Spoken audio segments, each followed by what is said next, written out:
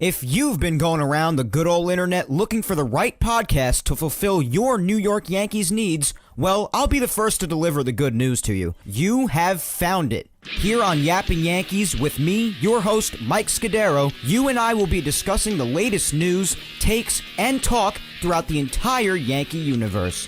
Oh, and there may be some ranting on my behalf. Yeah. Anyway, what do you say we get to it? Let's get to yapping! Well, hello there, my fellow Yankee fans, and welcome to episode 109 of the Yapping Yankees podcast, where we yap about the Yanks, and nothing but those Yanks. As always, I am your host, Mike Scudiero, coming to you from Italy, here on August 22nd, 2021. Now, my friends, Yapping Yankees, as always, is being brought to you by, obviously, myself and Ball 9. Ball 9 brings you some of the best baseball content out there. Any and all baseball stories, articles, roundtable discussions, featured baseball podcasts like Yapping Yankees, and much, much more. Visit the website. I promise you that you'll be glad that you did. That's ball9.com, and follow them on all social medias at Ball9. And know what you don't know. Also, guys, help to spread the word about Yapping Yankees, but at the same time, stay updated on everything with both me and the Yankees. And you can do all of this by following yours truly on social media. Follow my Facebook fan page at Mike Scudiero NY. Follow me on Twitter at Mike Scudiero and on Instagram at Mike Scuds97. And remember, guys, to also subscribe and always listen to Yapping Yankees on all the platforms it's available on. Show it some love on all of them. Leave a like down on this video on YouTube and leave a review and all that good stuff on all the other three platforms. And of course, those platforms are YouTube, Apple Podcasts, Spotify, and SoundCloud. I am here, guys. I am here in Italy for the 10th time in my life, having an absolute blast with my family and friends, eating like a king, speaking lots of Italian, and bringing you the first ever Italy edition of Yapping Yankees. What a time to be alive. Madonna. Io parlo italiano a tutti voi per oggi, va bene? That means I'm going to speak in Italian with you guys for today, all right? I'm only kidding. Everybody'd probably tune out if I did that. And yes, for those wondering, yes, I do speak a good amount of Italian. I'm not fluent, but I definitely do okay. Anyway. Good God in heaven, what a past couple of weeks I've had, guys. First off, the New York State Baseball Hall of Fame dinner last Sunday when I took my first weekend off from this show in like 8 months. That was amazing. The Ball 9 crew and I were so happy to see our very own Kevin Kernan deservedly get inducted into the New York State Baseball Hall of Fame. Congratulations again, Kevin. And the night before that, we met Tino freaking Martinez too. And he was so nice to us. He was so nice. We all watched the crazy extra inning Yankees-White Sox game together when the Yankees won. And we also watched Tyler Gilbert's no-hitter for the D-backs in his first career start. And Ball 9's own Rocco Constantino, who's another doll of a guy, was his athletic director at one point. How freaking cool is that? And then the dinner on Sunday was just awesome. It was awesome. Saw so many people. Nancy Newman from the Yes Network, obviously. Saw Gil Hodges Jr., got to see the first ever induction of a woman for that. That was really cool. Saw Kevin get inducted, hung out with everyone. It was just a terrific weekend. It really was. It was just terrific. Then the very next day, we picked up and came to Italy. Crazy, right? I mean, like I said 2 weeks ago, if I were to come, since we weren't sure yet, this would be my 10th time here, and it is. And I just couldn't be happier to be here, to see my family and all my friends here. Even after all the craziness of the last couple of weeks, I just couldn't be happier to be here. I really couldn't. To see my family, to see my friends again, For the first time in 3 years, too. I haven't been here since 2018 to show my girlfriend Victoria around for her very first time here in Italy overall and where we stay, in the town where my grandfather was born and grew up in so many years ago, almost 90 years ago. The last week or two for me, guys, it's been pretty freaking perfect. Crazy, but perfect. I'm having the time of my life, as I always do here. I really am having the time of my life. I've been posting all about it on social media. I'm sure tons of you have seen it. I'm going to be here for another 6 days, and now today, I'm giving you an episode right here from Italy. How do you like that, huh? Amidst all the Italian craze surrounding the Yankees lately, too, right? Couldn't be more appropriate. So before we get going, a couple of things. First off, the professional in me has to apologize if the audio's echoey. This isn't my room in my house back home like usual, obviously. It's in the house where we stay here in Italy, and the room I'm in is bigger than my room with less stuff in it, so that naturally creates more of an echo. And also, there might be a bit more of background noise than usual. There might be a dog that barks outside. There might be people yelling because there are no quiet Italians, as we know. So, the editor and producer in me has to apologize ahead of time if there is a big echo or if there is an extreme amount of noise in the background. So just cope with me, all right? Secondly, for today's show, I'm shortening it because, well, I'm on vacation in Italy. Not to mention, I don't have my usual equipment and everything. I just have my laptop and my Yeti microphone, so no social media segment for today's episode, guys. After the intro here, we're just going to dive right into news and recap, all right? And honestly, I might do the same thing for next weekend's show now that I think about it. I just might, because next Sunday will be the day after I get home, and the time change when we get back, which is 6 hours if you don't know, America's 6 hours behind Italy, is probably going to hit me like a train, as always, so we'll see how I feel. But in any event, though, just sit back and enjoy. I'm doing this for you today, so just sit back and enjoy it.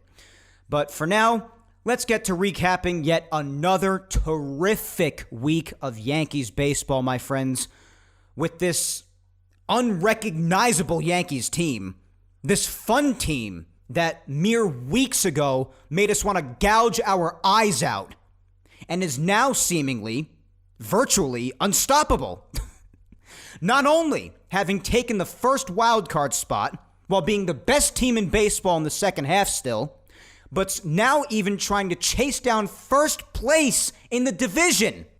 Which, again, I own up to saying this, but I even said the division, I thought it was cooked. Because, well, they were like 10 and a half games back. It's reasonable to say that. I never counted them out of the playoffs, as you know, but the division, yeah, different story. But with the way they've been playing and the way they've been winning, now even that's not out of the realm of possibility. And especially since Boston, too, has continued to utterly collapse. That's definitely helped, too.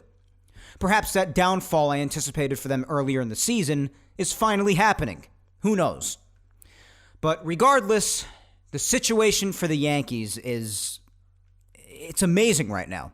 Just amazing. And I'll recap all of that. All the killer gameplay from the last couple of weeks, along with all the guys who finally came back. Whether it be from COVID or injury, Garrett Cole, Jordan Montgomery, Gary Sanchez, Anthony Rizzo, Aroldis Chapman, and even some minor leaguers like Clark Schmidt, who had been out the entire year until somewhat recently. Trey Amberge finished his rehab and is now in AAA as well. And also just to update on these names too, Miguel Andujar started a rehab assignment a few days ago. Kluber's continuing his rehab. And just a little update on Sevy too. Sevy's an entirely different story, but they're keeping an eye on him now after he said he didn't feel right going into one of his rehab starts about a week or two ago. And there's also some really bad news on Clint Fraser as well, so there's a lot going on, my friends, from the last couple of weeks, so let's get to it. Hop into the Yapping Yankees time machine with me as usual, and let's play some catch-up going back to 2 weeks ago. 2 settimane fa. Let's go. Andiamo. Let's hit it.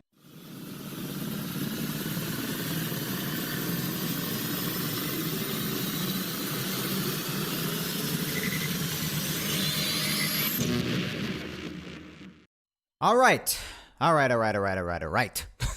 So just to preface this special recap segment, on the dangerously rare occasion I take weekends off, especially during the season like I did last week for the dinner, usually when I miss a week, I only give final score reminders for the most part for the week that I missed, and then usually talk more in depth about the games from this past week like normal recaps like usual. So just letting those of you know who weren't listening the last time I took a weekend off mid-season a long time ago. And I also traveled to Italy on Monday, by the way. I should also mention this. I also traveled to Italy Monday going into Tuesday. So I did miss a vast majority of Tuesday's action with the doubleheader, with the exception of being able to watch a couple of highlights and keep track a little bit on game day. But I've done this before with keeping up with the games while I'm here in Italy, guys. This is not my first rodeo by any means as a Yankee fan in Italy. So I made it work, still stuck with everything, and nothing's even going to seem different. Hopefully. So, let's do this damn thing. 2 Sundays ago, for starters, on the 8th, the last time we spoke, the Yanks couldn't complete the sweep of the Mariners. They lost 2-0, but still took the series 3 out of 4. Monday, first game in Kansas City, the Yanks won spectacularly, 8-6 in 11. Back and forth in that game. The Yanks and Royals constantly exchanging punches from the 7th inning until the 11th inning in a game that just felt like it was never going to end. The Yanks taking the lead, the Royals tying it, and it just felt like it was unending. But with all of that happening from the 7th all the way to the 11th constantly over and over again, it made the Yankees the first team in the modern era to blow leads in the 7th, 8th, 9th, and 10th innings and to win. Unreal. Absolutely unreal. A torturous yet historic game that could have been either one of the best wins of the year or one of the worst losses of the year. And I'm glad it was the former. That's a game that they definitely lose earlier in the season, if you ask me, if they weren't the hot Yankees that they've been the last few weeks. Tuesday, they'd lose a really tough one, 8-4, but would take the series on Wednesday, the 9th of their prior 10 series at the time, by beating the Royals 5-2. So they just kept on winning series. And as we know, and as I always say, that's what it's all about. Thursday, the Field of Dreams game that, even as I said a couple of weeks ago, the last time we spoke, I've been waiting forever for. Incredible game in itself, but backbreaking for the Yanks as Heaney just hosted a home run derby yet again. And the resilient Yankee offense that night put up 8 runs, capped off by a 3-run deficit 9th inning comeback. An amazing one at the hands of Aaron Judge and Giancarlo Stanton, each of them going deep to give the Yankees a 9th inning lead. Only for Zach freaking Britton, here's the backbreaking part, to yet again blow another game sky high. Walks the 9-hitter up 0-2 to face Tim freaking Anderson. And you know what? It went exactly the way we all knew it would. Walk-off, 2-run shot. So a horrible ending to what was otherwise a really fun game, but I mean, if you're a Yankee fan like me, all you could concentrate on is that ending because it was just a back-breaking loss. Bone-crushing loss. Terrible. Absolutely terrible. And if you recall, if you were looking at my social medias, I was posting videos about it, and I was absolutely livid about it. Everything else, though? I mean, the intro with Kevin Costner, the players walking out of the corn, absolutely terrific. The ending for the Yankees, awful. So, a good day otherwise, minus the horrible 9th inning loss at the hands of Zach Britton. Just terrible. And also with how freaking awful Andrew Heaney was. Just, like I said before, it was a freaking home run derby. Friday was a day off. Saturday, they won another wild game in extra innings as the White Sox series continued back in Chicago after the off day on Friday. Really weird day to have a day off, but obviously that was just travel, I suppose, to get from Iowa back to Chicago to finish the series. But the Yankees did win that wild game in extras on Saturday against them, winning 7-5 in 10 innings. A huge night for Joey Gallo that night with 2 bombs. Judge had a home run too. 4 RBI night. And then on Sunday, I guess I'll do a brief run through of this one too, I guess. The Yankees would take another series, yet another one, and finish the season series going 5-1 against one of the American League's top teams in the White Sox, as they would win 5-3. Yet another bullpen heart attack at the end, but it held up. Cortez was terrific again against that lineup, no less, against the White Sox lineup. 6 innings of just 1-run ball. Voit hit a 2-run bomb. Odor hit a 2-run bomb. Gardy got an RBI double as he continued to do a great job as well. So a great end to the weekend and a wild ending to what was a wild week of Yankees baseball. All right, time for this past week's recap officially. Monday, good news right off the bat, pun intended as always. Garrett Cole was reinstated from the COVID IL, one of multiple guys to finally make their return this past week.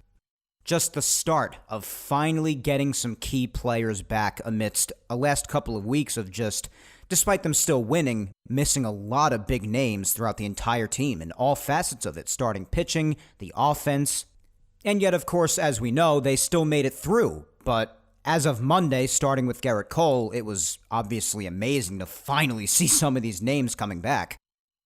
And of course, Cole started the game on Monday. And in exchange, roster-wise, Brooks Kriske was sent back down to AAA. Boone also said that day that Chapman was progressing well, and that Rizzo was a couple of days away. Montgomery was going to return Tuesday, which he did, of course, along with Gary Sanchez. So good news all around there going into the game. But unfortunately, as I hinted at in the intro, there was some bad news given too. And that was that Clint Fraser, after starting up a rehab assignment the week prior, as we know, was placed on the 60-day injured list. And Aaron Boone even said that he might not play again. So, yeah, that's a pretty morbid update, but that's what he said. And personally, I certainly hope that Clint ends up being okay and figuring out whatever's going on with him, because, I mean, it's just such a bizarre situation for all of us on the outside looking in, but it sounds really bad. It really sounds bad.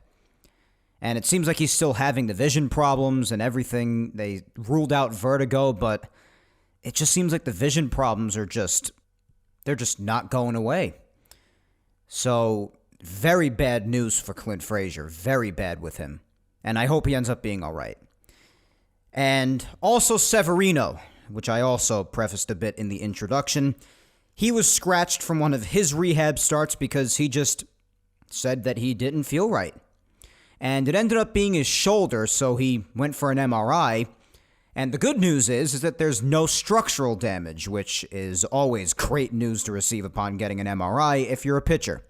So, it's nothing badly wrong, at least as of now. Basically, right now, he's not throwing for another few days at least, and they're monitoring him day by day, and when they go to California, there's going to be more testing done and more looking at him by doctors. So, I mean, Severino's obviously another guy for years now who he just can't seem to find his way back onto the field. And it's honestly a damn shame because he had his great times here. The kid is full of talent. And after multiple seasons missed from Tommy John and just a litany of other injuries, the kid just can't catch a break. He can't find his way back onto the field. So I just hope he manages to make it back sooner rather than later, or honestly, at this point, because of how it's gone, even at all. Even if he's just going to be long relief out of the pen, maybe. But in any event, that was all the news from Monday before the game. Fortunately, the Yankees would continue their winning ways on Monday despite some of that bad news in their makeup game against the Angels. And honestly, there's really not much to say about this one because, well, I mean, all the action happened in the first inning for both teams. Justin Upton had a solo shot in the top of the first off Garrett Cole, and that's really the only blemish Cole would have on the night. And Joey Gallo continued his home run hitting, as expected, with a 2-run shot to immediately answer back in the bottom half of the first.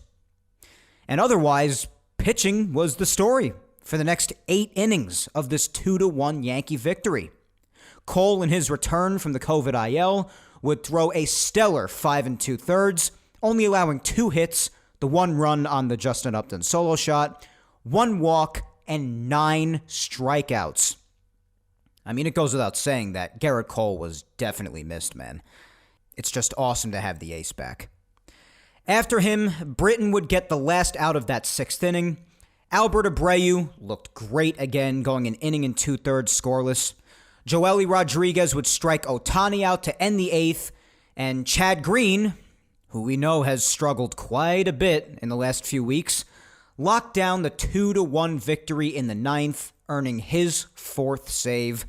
And it was honestly really good to finally see a scoreless inning out of Chad. So the Yanks won the makeup game.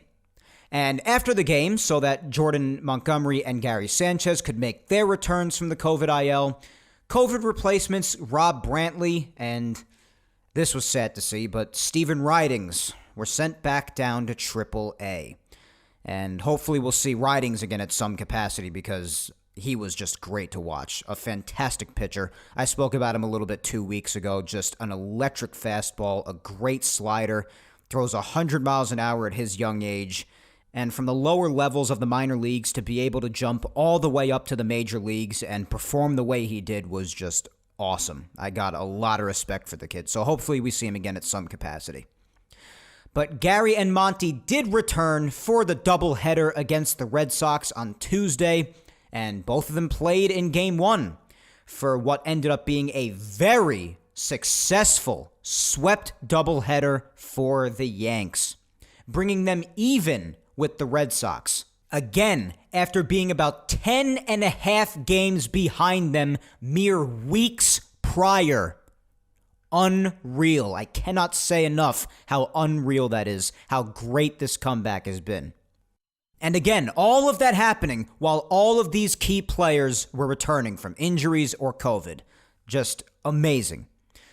Now, I didn't get to keep up with a lot of the action on Tuesday, like I said before, because that was a bulk of our traveling here to Italy. But like I also said, I did keep track on game day whenever I could. I watched some highlights, the whole deal. But Montgomery, again, started Game 1. And even though he wasn't sharp, I mean, hey, he got through it. And it was his first start back, but he got through it. And the bats had his back. 4 2/3 innings for him, 5 hits, 3 runs, 2 walks, and 6 strikeouts. So, again, the first start back, not great, but not awful. He'll build back up. And like I said, the bats, they had his back, which for Montgomery is an extreme rarity this season, of course, since he's received remarkably low run support, as we know. So for Montgomery's sake, that was really nice to see. But Andrew Velasquez got a 2-run single. I'm definitely going to be talking a lot about him later. Luke Voit also got himself a go-ahead 2-run bloop single. And Stanton also got an RBI single, so a lot of singles to drive in runs in that game. 5-3 at that point, in a 7-inning game, of course, because it was a doubleheader. So not much for the bullpen to eat up. But Abreu got the last out of Monty's 5th inning. And then Loaisiga, scoreless 6th.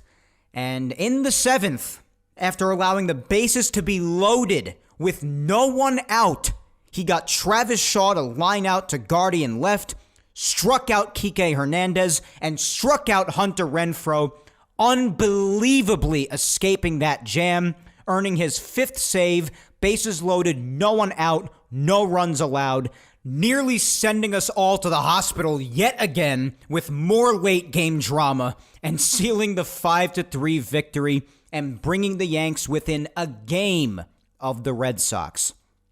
It can never be easy with this team, we know that, but a win's a win. And Game 2 would be the one to tie them up in the standings. And not nearly as much happened in this game as in Game 1, at least offensively. Just that Voit and Stanton each went deep for solo shots, one each.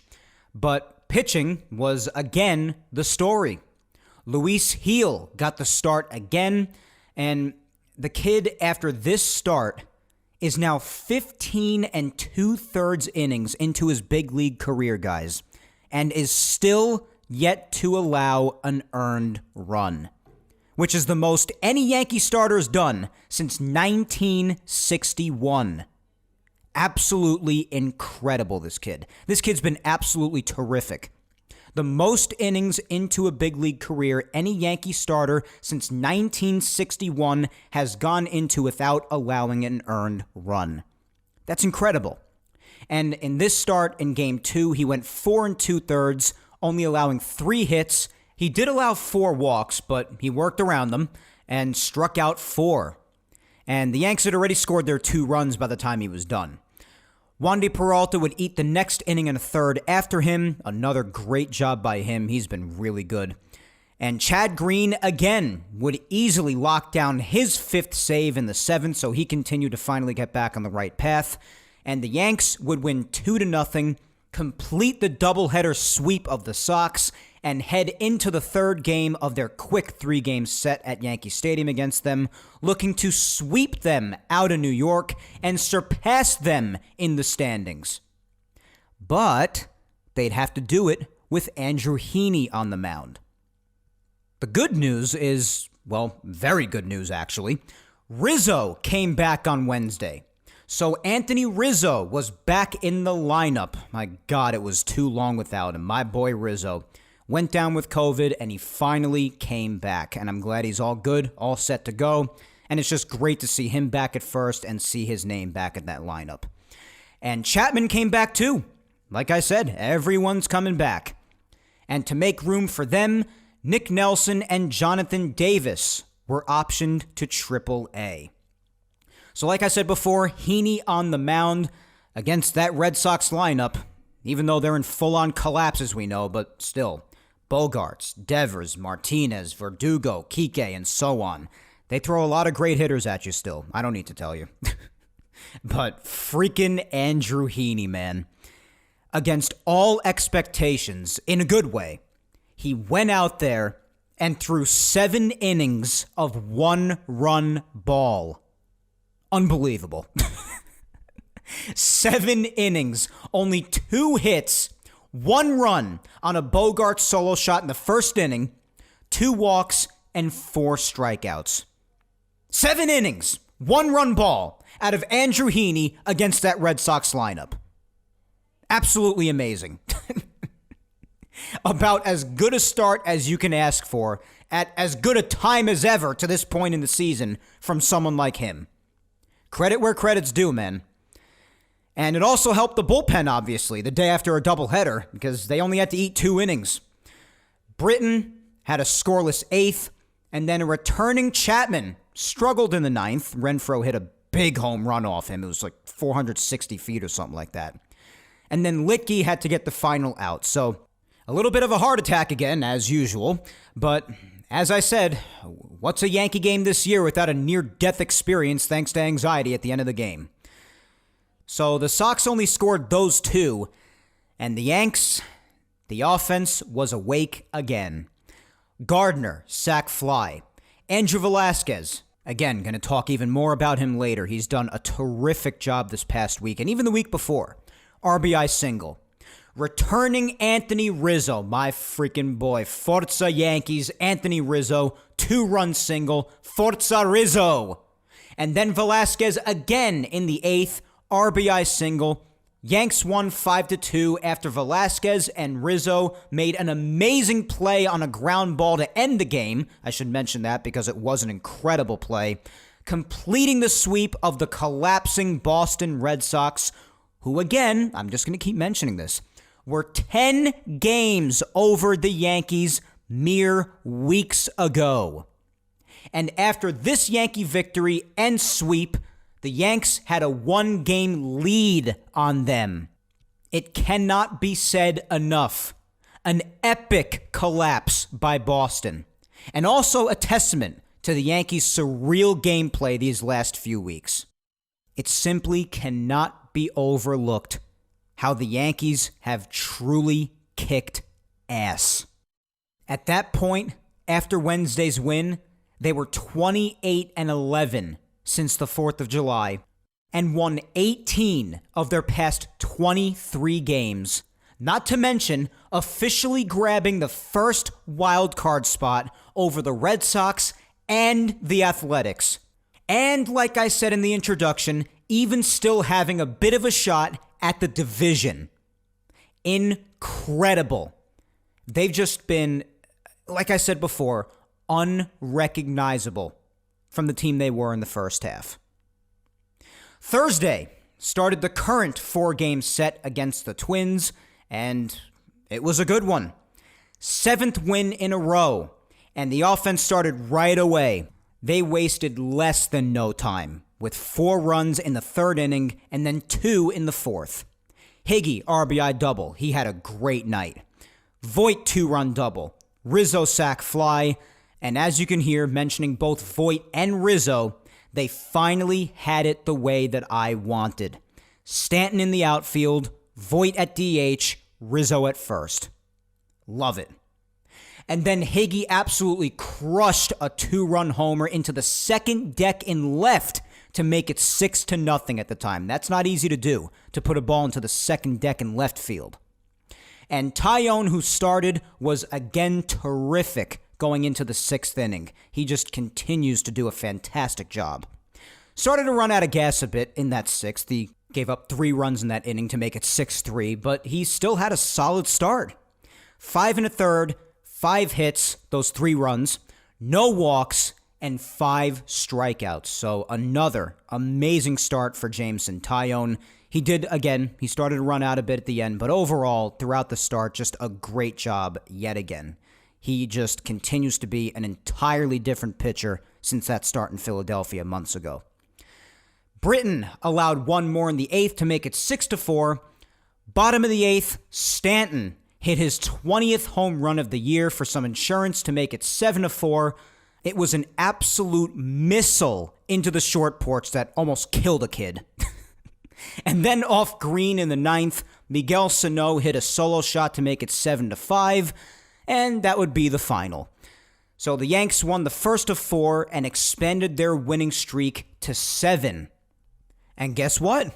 On Friday, they would make it 8 straight with a big 10-2 victory. Nasty Nestor Cortez, another terrific start out of him. 7 innings, longest start of the year for him. 4 hits, just 2 runs on a Josh Donaldson 2-run homer in the 6th, 2 walks, and 7 strikeouts. So yet another amazing start for Nestor Cortez as he just continues to be a beautiful mystery. And the bats, they stayed red hot. They got started right away in the first, again with 4 runs, and they just never looked back. Especially Luke Voit, who went 4 for 5 and had 4 RBIs on the night. And I've been waiting to address this for a while now. I've been sitting on this for a few days since this was a big talking point a few days ago. But there's been a lot of talk about him and Rizzo with first base lately, since they're both back now and they're both doing their thing. And I haven't really given my 2 cents on it on social media yet because I've been really wanting to say it on here, so I'll say it here. But all I'll say is what I've already said in the past, that not only does competition make people do better, as we've seen from Luke Voit lately, but they could also just go with the alignment that I've always wanted in the first place, since they got Rizzo, the one that they did the other night. Stanton in the outfield, Rizzo at first, Voit at DH. And then, of course, when one needs a day off, like Rizzo had off for this game, and then you put Luke Voit at first, Stanton DH, etc., etc. You can move him around, but you get it. So that's my 2 cents. You never expect someone to give up their job or not fight for it or just willingly say, oh, it's all his. It'd be silly to expect that, especially from someone as determined and as fired up as Luke Voit always is. But fortunately for the Yankees in this case, there are also ways to have both of them play. And the Yankees should do everything in their power to ensure that both he and Rizzo do play, especially with Luke at DH. You can't just bench a bat like that. You just can't. He can still hit. You can question his defense at times, and you could definitely question his health. Lord knows I've done that, and rightfully so. But his hitting? No, you can't, because Luke is still a very good hitter. And just think, especially after getting virtually no production out of first base, offensively or defensively, for basically the whole first half, how fortunate the Yanks are to now have Rizzo and Voit. And you have a way to fit them both in. Think of how fortunate the Yankees are to have that kind of option. So that's my point of view on it, more or less, guys. But anyways, Luke did have a great game, and he kicked off the scoring with a 2-run single, followed by an Andrew Velasquez bases-loaded walk as he continued to do great, and then a Gardner RBI single. All in the first inning. Second inning, Aaron Judge with a 2-run opposite field missile for his 27th home run on the season. Then Voit again. RBI ground rule double, followed by a solo shot by him. So again, 4 for 5 for him. 4 RBIs, a triple shy of the cycle. Just a fantastic night for him. And then the final 2 runs would come from a DJ 2-run homer. You definitely don't see a lot of homers out of him this year, so that was nice to see. And that was his 8th on the season. And those were the 10 runs. And again, the Yanks won 10-2, and they even gained another game on Tampa since they lost to the White Sox. And it's still so unbelievable that after how far back the Yankees were, especially with the division, how even that's in play now. It's just crazy. I'd been talking for weeks about how the Yankees have turned around lately, but the last 2 weeks it's happened even more. And I've been waiting forever. I've been waiting eagerly these last couple of weeks to get in front of this microphone, even if it is remotely here in Italy, to talk to you about it, because it's just incredible. And again, I want to remind, because I own up to what I say, but you might remember that I said that I thought the division was cooked. And so did basically everybody, because, well, it was fair to say some time ago. 10.5 games back. But hey, you know, with the division, I'd be thrilled to be wrong about that. Thrilled, trust me. But anyway, a little news for after the game, and you may recall that Gardner, he got hit with a pitch in the elbow, and he was taken out of the game after that. And well, it turns out it swelled up on him afterwards a bit, and he is a little sore, so he didn't play yesterday. He's not going to the IL, at least not right now, and they hope he'll be available again shortly. So from the sound of it, it could turn out to just be a little resting time while it heals up. That's what Boone made it sound like. But in the meantime, just to get someone out there in his place a bit, they recalled Estevan Florial. And to do that, they had to send down Brody Corner, which is fine for now, especially since the bullpen is so well rested lately. And then right after Saturday's game, they optioned Florial to AAA again, so must not be a big deal with Gardner. But speaking of Saturday, last but certainly not least, yesterday's action. 9 in a row they would make it. 9 wins in a row with a 7-1 win. And unfortunately, Tampa won, so the Yanks remain 4 games back in the East. But anyway, Cole would make his second start since returning from COVID, so his second start in the last week, and since returning from the COVID IL, of course. And he was losing his control and command at times, but he still managed to have himself a great start. Again, that's just the definition of an ace. And that's why it's so good to have him back. And he also continued to own Josh Donaldson too, by the way, while Donaldson whined about strike 3 calls that were clearly strikes. I gotta tell you, he is just insufferable. Josh Donaldson is utterly insufferable. I mean, the guy's a loser. He opened up his mouth about Cole some months ago, and ever since then, Cole has just completely and utterly owned him in every single way. And it made him look even worse by whining about those strike calls when they were clearly strikes. It's not a good look, Josh. Stop whining and sit down. And that's coming from someone who's truly unbiased like myself. And I really mean that. Just sit down and shut your mouth. At least until your bat could do the talking for your mouth, because right now, it isn't. But anyway, Cole went 6 shutout innings, gave up 5 hits, 1 walk, and still struck out 6 guys. So again, a great start for Garrett, especially considering he had to really bear down and find his stuff occasionally, especially that inning when he had the bases loaded and struck out 2 guys in a row. He really had to dig deep down and just get through it, and he did. He grinded. After him, Litke would go 2 innings, only allowing a run on a Polanco solo shot, and then Albert Abreu pitched a scoreless 9th.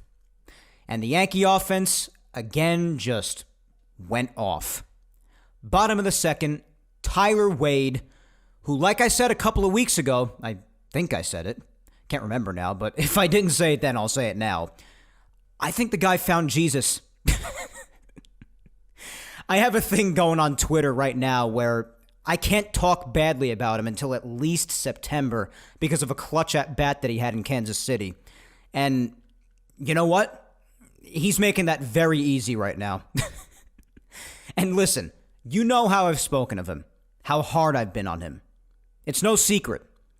And like I always do, I own up to my word. Always. And I always give credit where credit is due. And Tyler Wade he's been a different baseball player. Something's changed over the last few weeks. I mean, he's finally playing up to his strength, his speed, laying down bunts better, which I've been begging the Yankees to have him do more. You've heard me say that. And he has at times. He's slapping the ball more too, which I also wanted. He's stealing even more, obviously since he's getting on base more. And the results are there. Something's kicked into gear, and I'm thrilled about it. If you don't understand this already about me, there's something you have to understand. Just because I'm hard on someone on the team I root for doesn't mean I don't want them to succeed. Like I've said, they're a Yankee. Of course I want them to do well. So good on you, Tyler. And if you're listening to this, you've definitely been part of this turnaround the last few weeks. You have been. So keep it up, man. Keep it up. But he opened up the scoring with a slap hit RBI single in the 2nd, like I said, followed by a 5-run 5th inning. Wade scored first on a wild pitch. Giancarlo smashed a 2-run double, and Voit hit a 2-run double as he remains blazing hot as well. And then the 7th and final run came on a solo shot, the very first major league homer of his career by another red-hot young stud in Bronx native Andrew Velasquez, who continues to be just a hell of a story. And I'm going to talk about him a little bit right now because he's just been a really, really good story. His family's reaction after the home run, they were all crying. I mean, that's just touching. I love things like that. You're witnessing firsthand a major league dream of a kid who is from the Bronx, who loves the Yankees since childhood, is now getting an opportunity with Gleyber Torres being out to do all he can in his absence as a New York Yankees shortstop. And both defensively and offensively, the last couple of weeks, this kid's been terrific. He's been a major part of the spirit of this team's turnaround. And you can't ignore it. And nor do you want to, because he's a terrific story. And as long as he's here, I'm going to continue to enjoy the hell out of it and admire the hell out of it. Because this kid is getting a chance that he deserves. And it's been a lot of fun to watch, and after nights like last night, touching to watch after seeing the reactions of his family. I mean, that's what it's all about, man. That is what baseball is all about. And like everyone else, I'm just so happy for this kid. And I hope as long as he continues to get the opportunities that he continues to just kill it. Because between that play that he made that I mentioned earlier with Anthony Rizzo on that scoop that he made, he slid over to his right to make that beautiful play, and then he said he was going to aim it low into the ground, which he did because he just had confidence that Anthony Rizzo would scoop it out of the ground, and he did. And with what he's doing with the bat lately, because, I mean, he's coming through with some big hits in some big situational hitting moments for the Yankees. And he's just been a great story. He really has been. And everybody's paying attention to it, even outside the Yankee fan base, as he deserves. So yet another player, like Tyler Wade, that I just want to tell, just keep it up, man, because it has been a lot of fun to watch your journey. So his solo shot, the first home run of his career, would make it 7-1, and that would be the final for yesterday's game. 9-game winning streak, now putting them 20 games over 500. Again, for the 80th time today, I think, the same team that mere weeks ago, month or a month and a half ago, was at 500. At 500. 41-41, 82 games in, about halfway in, and was about 10.5 games out of first, and like 4.5 out of a wild card spot even. As they now sit in the first wild card as we speak, just 4 games behind the Rays for the division, having won 19 out of the last 23 games since the deadline, and having gone 31-11 since the 4th of July. The best team in baseball in that span, and in the second half, even with all the injuries and even with all the COVID cases. And they've also won 12 of their last 13 series. My friends, we're still just in the midst of what has the potential to be amongst the best comebacks of all time if it's seen through to the end of the season. And obviously, hopefully, a championship comes at the end of it all because that's what it's all about. But so far, just incredible that this is the same team that we saw in the first half. Absolutely remarkable. It can't be said enough. Hence me saying it 85 times today. But, I mean, do you need any other stats? They've been amazing, phenomenal, out of this world. Insert any positive word or expression to describe how amazing they've been. Now they're living up to their expectations. And on a personal note, so far, they've made yet another perfect vacation in Italy even better than perfect. All right, what's ahead? Let's finish up this Italy edition of Yapping Yankees. It's the middle of the afternoon here right now. We ate lunch before I started this recording, so it's still morning for all of you back home at the time I'm recording. But today's game isn't happening, obviously, because of the hurricane coming in. And please, I urge you all in the New York and New Jersey areas and wherever else this thing is to hit, to please stay safe. I don't have too much information on it from here in Italy, but I'm glad I'm missing it. But please, the rest of you, please be safe. So today's game is a no-go, and it was announced that it's going to be made up on Monday, September 13th at 2:05 Eastern, at the stadium, obviously.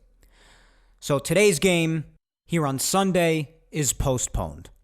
Again, Monday the 13th at 2:05 is the makeup date. The rest of the week, Monday, tomorrow, starts a quick 2-game set against the Braves in Atlanta. Earlier in the year, they split a 2-game set at the stadium, and the Braves have been much better now, so this should be a fun series, hopefully. Quick little fun series.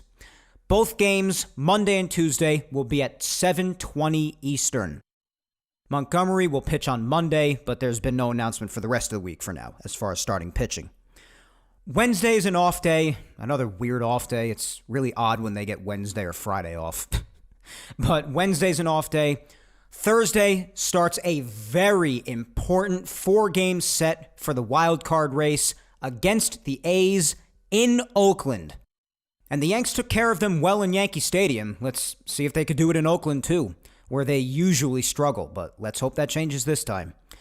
Thursdays and Fridays games will be at 9:40 Eastern. Saturday will be at 4:07 Eastern. And Sunday, when we meet again, and I'll probably be a corpse from the time change upon coming home the day before, will be at 7:08 Eastern, ESPN Sunday Night Baseball. But as for now, guys, that is all for episode 109, the first ever Italy edition of Yapping Yankees today. Shortened episode, but again, I hope you guys enjoyed nonetheless. And I just have to say that for me, recording here today was lots of fun, but also really weird. And I also can't wait to get to editing this later because I probably sound like I'm in an echo chamber.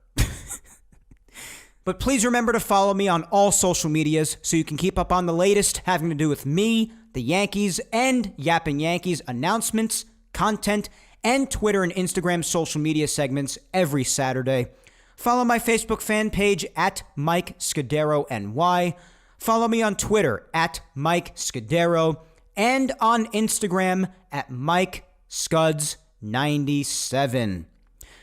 Also, guys, subscribe to the Yapping Yankees YouTube channel and also show some love to Yapping Yankees across all of the rest of the platforms, SoundCloud, Apple Podcasts, and Spotify. Leave good reviews on those platforms, and also don't forget to leave a like on this video on YouTube.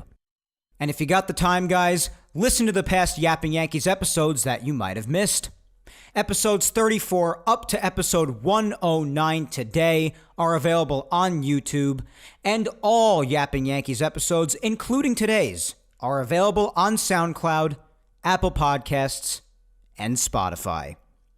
Once again, my friends, thank you 3,000 for listening to me yap today. I am Mike Scudiero, and I will talk to you next Sunday, August 29th, when I come at you with episode 110 of Yapping Yankees. But until then, my friends, hang in there. Be patient. Please stay safe, especially from the hurricane today in New York. Look out for your loved ones. And Yankees, I mean, what else is there to say? Keep on kicking ass. Enjoy your week, my friends. I'll talk to you next week when I'm back home. Take care.